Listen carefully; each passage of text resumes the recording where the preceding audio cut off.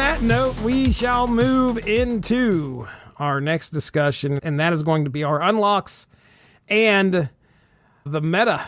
I'll go ahead and start with my unlocks as of earlier today, February 3rd. I had a collector level of 23,370, 525 tokens, because they have been burning a hole in my pocket. I noticed it did not get as many cards this go around, but I did make a note here that, the last time we recorded was the 12th of January. So we had around 20 days. So the fact that I don't have as many cards doesn't mean a whole lot, but almost 50% of the cards I did unlock were brand new cards. The rundown commences. 3099 Yondu, Malekith, Dragon Lord, Baby Black Widow, Robbie Reyes Ghost Rider. Oh, yeah. Dan Hip Cosmo by doing the, oh boy, what was it called? It's not One Cost Wonders, because that is the top 5 we did. It's the one where it's like low cost, high impact, I think. Yes. It was a Hip album, if I remember correctly. Okay, yeah. And Cosmo was the reward for that. I think I only have like 3 more cards, and I've actually finished that album. That would be the second album that I've completed. Dan Hip Kitty Pryde, Zombie Galacti, The Hunger, Sage, Dan Hip Titania, Gabriel Delado Sabretooth, and then I had a run here of 4 new cards. The Thing, Fantastic Four First Steps, Mad Thinker, Colonel America, and Iron Lad. And Iron Lad was one of those super packs where I got Colonel America, and I was like, oh, okay. And then I got Iron Lad, and I'm like, oh, sweet. Nice. I see Iron Lad a lot. I don't know about you, but I see him a lot. So I use them a lot. Yeah, a lot of people do. And then I got a Nikola Sijimia Shocker, an Invar Studio Echo. I like that one. Yeah, that Shocker's pretty cool. The Invar Studio Echo looks awesome too. I've seen that one. She's taping up her fist or taping up her arms, and she looks like you're about to get your butt beat.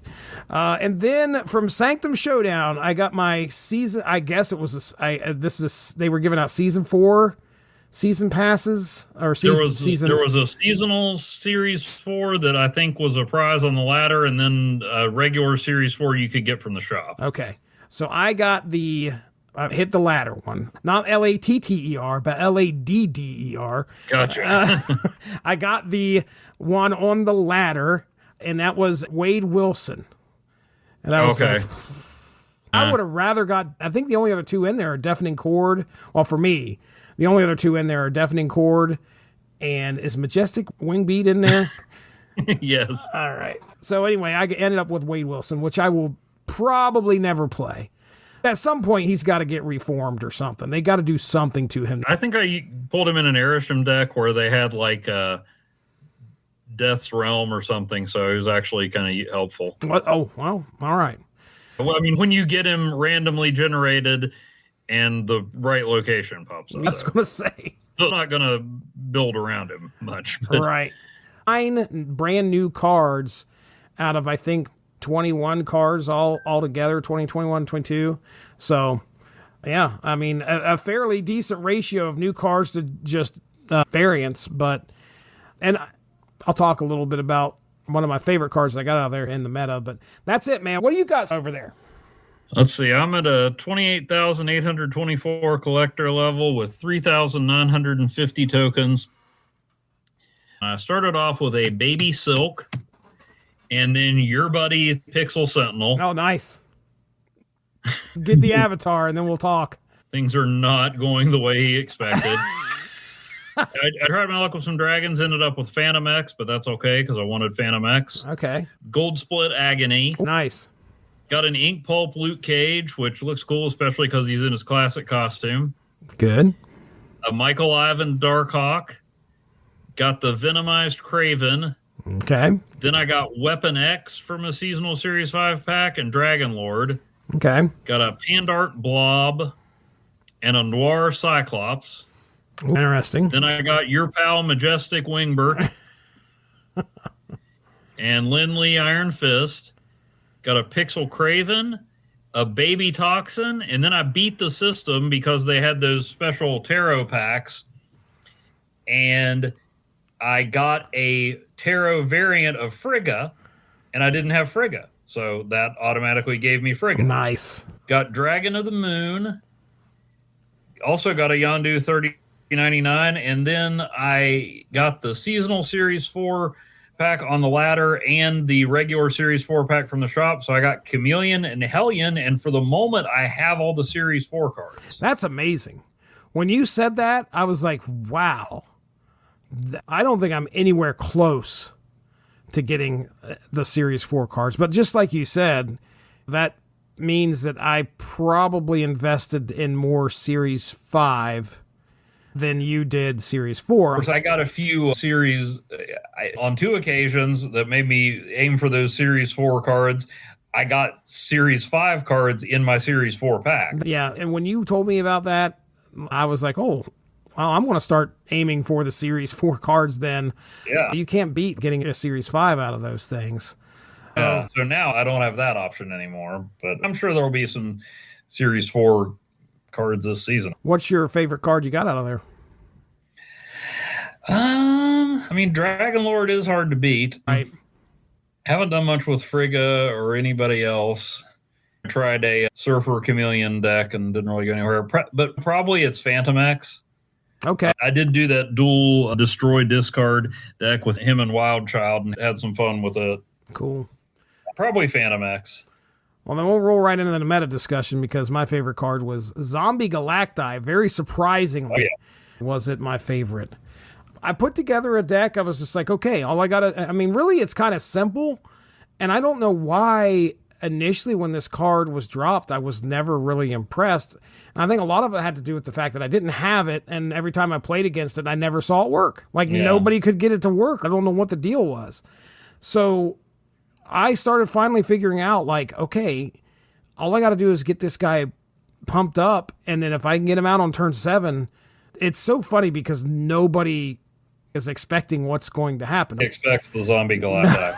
And then when it happens and you watch like you can get those 1 costs out there and have like 5 points in a lane. And then all of a sudden you have 38 because Zombie Galacti transforms him into whatever copy of what he has as far as power goes. Even if you do know it's coming, I played a friend who had that deck in a friendly game, and I knew it was coming every time, and I couldn't stop him.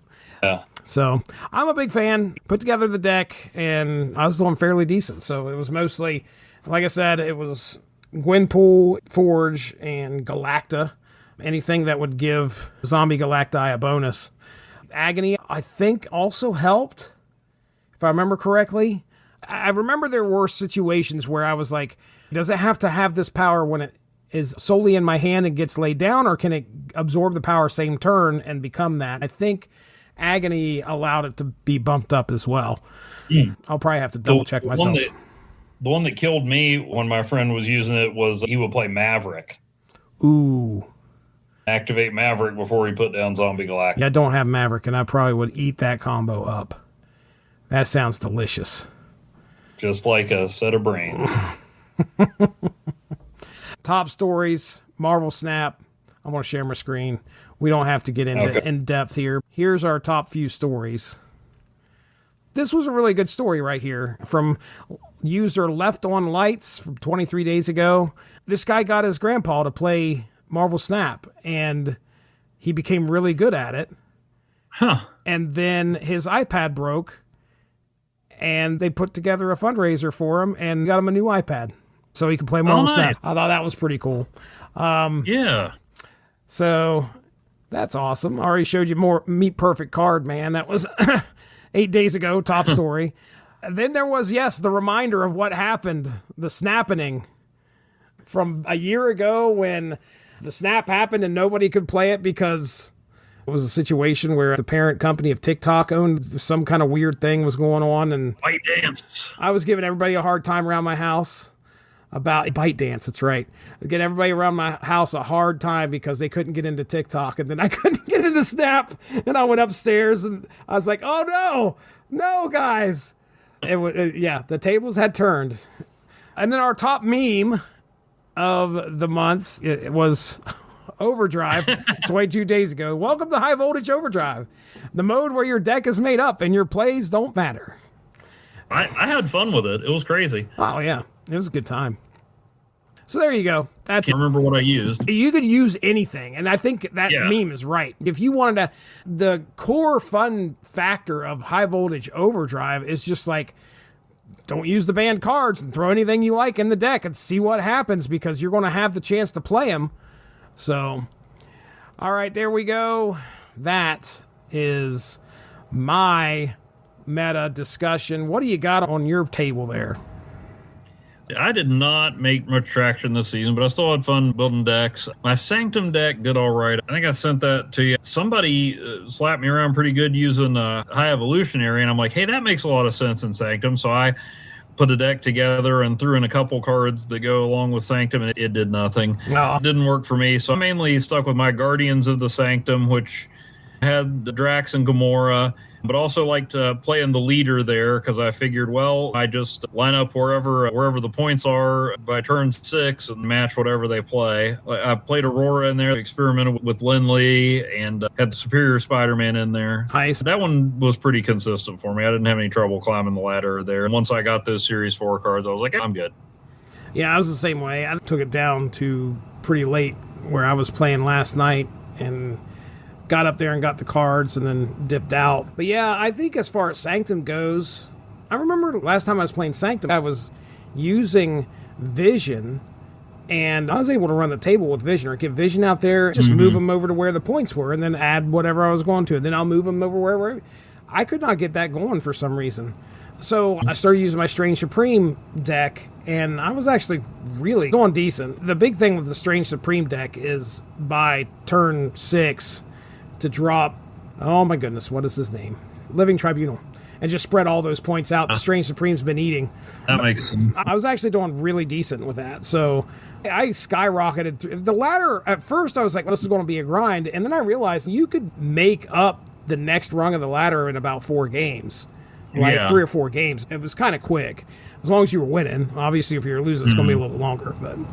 But another deck I messed around with was the one I called No Vacancy, where I used Stardust and then a bunch of cards that bring out cards I don't want. Rhino, Debris, Gladiator, Sentry, Dr. Octopus. They don't pull out any cards or produce any rocks if you got Stardust. I didn't know Doc Ock wouldn't do that. Yeah. All right. You get the animation, but no card. That's nice. And now I tried to combine that with War Machine. I'm not sure why. Don't know that that's quite the best way to do it, but that's what I went for with that. So I got War Machine, Infinite, and Ebony Maw in there too. At the end of the season, I went back to my Body Slide by No Fun deck. And part of it was because I was reading the balance adjustments, and they're like, well, we don't like these cards that don't let you do. We think people should be able to play the deck that they built. Yes. And I'm like, well, disrupting it. And so I'm like, yeah, forget you. And then eventually I was like, this deck is just making it so other people can't play. I don't know if I have a strategy here. Yeah, what was My plans get disrupted all the time. That's how the game works. what was the card that they adjusted? They were talking about Spider-Ham. Because they were like, we don't really like this, so he's now going to be a 1/1. That isn't exactly answering what they're concerned about. But they did mention it, that they did not like seeing him creep up in the meta because of that specific quality of knocking. Remember when Spider-Ham was targeting the highest cost card of everybody's hand? That was going on for a few months before they were like, oh, okay, we better tone this down. I understand what they're saying, but there's so many locations that wreck a deck or whatever. So I don't know. And it's not like there was one where I'm like, I'm just milling their deck to death and they still beat me. And I'm like, what? Yeah. I snapped and lost 8 cubes. And I'm like, how did they have enough cards left to beat me? This morning I was playing a guy and oh my gosh, this is what happened. Dude's laying out all these ongoing cards. I lay out Cable. Cable steals the Spectrum. And I was like, yep. I said, I've got this guy. I know what his whole plan is it was Doom 2099, and then he was going to Spectrum. So I'm sitting there now. Granted, I'm not always bold enough to be like, oh, I know I'm going to beat this guy. I don't do that because I'm not smart enough, number one, and number two, not bold enough, I guess. But regardless, come the final turn, I'm sitting there and I'm like, I play something and I'm like going to go up in the lane, and he lays out Spectrum. And the only thing that could have gave him Spectrum was the hub. So I took the card from him, and he ends up with a Spectrum anyway at the end of this. Long story short, that drove me nuts. I don't even know what put us down this path, but